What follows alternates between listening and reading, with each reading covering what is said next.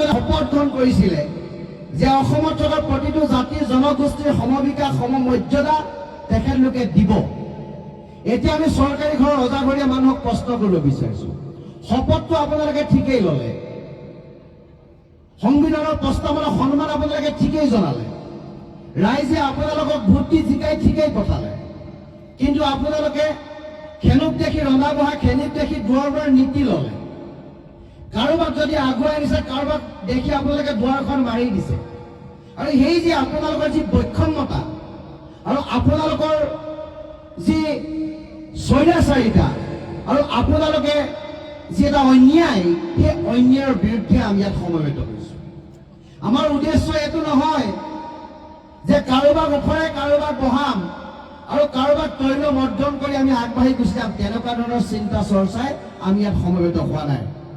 আমি সমবেত এইকাৰণেই হলো যে আমাক অধিকাৰ লাগে, আমাক অধিকাৰ জীয়াই থকাৰ কাৰণে লাগে, আমাক অধিকাৰ লাগে উঠি অহা নৱপ্ৰজন্মৰ সুৰক্ষিত ভৱিষ্যতৰ কাৰণে, আমাক অধিকাৰ লাগে যে মোৰ ঘৰৰ পিছফালে থকা মাটিকেইডৰাত মোৰ উঠি অহা নৱপ্ৰজন্মৰ প্ৰতিনিধিয়ে কেঁকুৰা নাঙল লৈ হাল বাব পাৰিব নে নোৱাৰিব তাৰ প্ৰতিশ্ৰুতি দিব লাগে। মোক এইটো প্ৰতিশ্ৰুতি দিব লাগে যে সমগ্ৰ অসমত থকা যিকেইখন বাগান আছে, সেই বাগানৰ মালিক ইষ্ট ইণ্ডিয়া কোম্পানী হ'ব নে থলগিৰি খিলঞ্জীয়া ৰাইজৰ প্ৰতিনিধি হ'ব। আমাক এইটো প্ৰতিশ্ৰুতি চৰকাৰৰ ঘৰৰ পৰা লাগে যে হাজাৰ হাজাৰ lakh lakh ton metric ton এই যে কয়লা ওলাই গৈ আছে, সেই কয়লাৰ অধিকাৰ থলগিৰি খিলঞ্জীয়া ৰাইজৰ ওচৰত থাকিব নে বহিৰাগত পুঁজিপতিৰ গোষ্ঠীৰ ওচৰত থাকিব। আমাক এইটো প্ৰশ্নৰ উত্তৰ লাগে যে মাটিৰ তলৰ খাৰুৱা তেলৰ অধিকাৰ থলগিৰি খিলঞ্জীয়া ভূমিপুত্ৰই ভোগ কৰিব পাৰিব নে বহিৰাগত বণিক শ্ৰেণীয়ে তাক ভোগ কৰিব পাৰিব। সেই অধিকাৰৰ কাৰণে আমি ইয়াত সমবেত হৈছো। আৰু এইটো এটা জাতীয় দায়িত্ব যে আমি চৰকাৰক সেই তেখেতলোকৰ যি চিন্তা চেতনা, তেখেতলোকৰ যি বৈষম্যতা অন্যায়, তাৰ বিৰুদ্ধে মাত মতায়। কাৰণ এইখন গণতন্ত্ৰ, গণতন্ত্ৰৰ ৰাইজে ৰজা। আৰু আমি তেখেতলোকক ক'ব বিচাৰিছো, খবৰদাৰ ৰাইজৰ বিৰুদ্ধে কাম নকৰিবা। যদি ৰাইজৰ বিৰুদ্ধে তোমালোকে কাম কৰা, তেতিয়াহ'লে গাদীৰ পৰা সৰি পৰিবলৈ বেছি সময় নালাগিব। তুমি যিখন চকীত বহি আছা তাৰ চাৰিটা খুঁটা জনসাধাৰণে তৈয়াৰ কৰি দিছে। যেতিয়া খুঁটাকেইটা হুলুক তুলুক হ'ব, তুমি আপোনা আপুনি বহি যাবা। গতিকে ৰাইজৰ বিপক্ষে তোমালোকে কাম নকৰিবা। এই কথা বতৰাবিলাক সোঁৱৰাই দিবৰ কাৰণে আমি ইয়াত সমবেত হৈছো। এতিয়া আমি কৈছো যে আহোমকে ধৰি অসমৰ ছটা জনগোষ্ঠীক জনজাতিকৰণৰ মৰ্যাদা লাগে। আমি কৈছো অসমৰ প্ৰতিটো জাতি জনগোষ্ঠীৰ সমবিকাশ সমমৰ্যাদা হ'ব লাগে। আমি কৈছো যে থলগিৰি খিলঞ্জীয়া ভূমিপুত্ৰসকলে ইয়াৰ সকলো সম্পদ প্ৰতিটো বায়'ডাইভাৰ্চিটিৰ ওপৰত অধিকাৰ ভোগ কৰিবলৈ পাব লাগে। এই কথা বতৰাবিলাক কৈছো। আজি দুলাল বৰুৱা ডাঙৰীয়াই কৈছে যে এইখনে ধেমাজিত আমি মাটিৰ অধিকাৰ ভোগ কৰিবলৈ পোৱা নাই, কোনোবাই আমাৰ পৰা অধিকাৰ কাঢ়ি নিছে। প্ৰশ্নটো তাত আছে যে কিয় আমাৰ পৰা অধিকাৰ কাঢ়ি লৈ গুচি গৈছে, কিয় থলগিৰি খিলঞ্জীয়া ভূমিপুত্ৰ হৈ আমি মাটিৰ অধিকাৰ ভোগ কৰিবলৈ পোৱা নাই।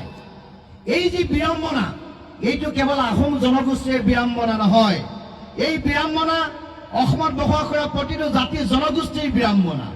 এই বিড়ম্বনা অসমত বসবাস কৰা প্ৰতিজনে খিলঞ্জীয়া থলগিৰি ভূমিপুত্ৰৰ বিড়ম্বনা। আৰু এই বিড়ম্বনাৰ কাৰণে আজি অসম ৰসাতলে গৈছে।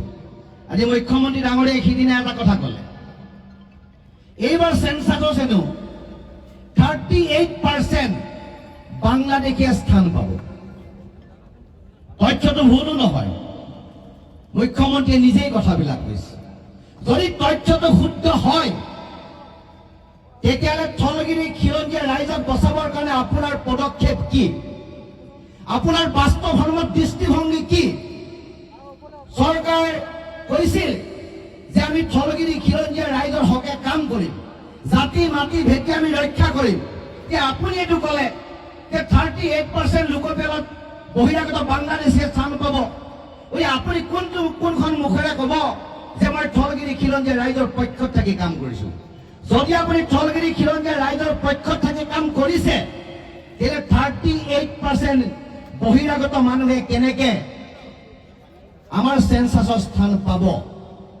আৰু যদি অসমত 38% বাংলাদেশী আহে, এইটো কেৱল অসমীয়া ঠলগিৰি ৰাইজৰ কাৰণে থ্ৰিটেনিং নহয়, এইটো কেৱল আমাৰ সমস্যা নহয়, এই সমস্যাটো ভাৰতৰ সংবিধানৰ ওপৰত অহা সমস্যা হ'ব। এই সমস্যা হ'ব ভাৰতবৰ্ষৰ অখণ্ডতা আৰু সাৰ্বভৌমত্বৰ, কাৰণ এইখন অসম ভাৰতৰ অংগৰাজ্য। আমি যিখন পতাকাৰ তলত থাকি যিখন সংবিধানক সন্মান জনাই আমি নিজকে স্বাভিমানী গৌৰৱী ভাৰতীয় বুলি কৈছো, সেই একেখিনি মানুহে এইখন অসমত থাকি আমি স্বাভিমানী অসমীয়া বুলি কৈছো। গতিকে এই স্বাভিমানী অসমীয়া স্বাভিমানী ভাৰতীয়সকলক বচাবৰ কাৰণে আপোনালোকৰ অস্ত্ৰ কি? বাস্তৱ সময়ত দৃষ্টিভংগী কি? আপোনালোকৰ একো দৃষ্টিভংগী নাই। সেইকাৰণে আমি কৈছো যে অসম আন্দোলন হ'ল 855 জন শ্বহীদ হ'ল, হাজাৰ হাজাৰ লাখ লাখ মানুহ ঘূণীয়া হ'ল, চৰকাৰ বনালে, সেই বনোৱা মানুহখিনি এজনো বিদেশী নেখেদালে।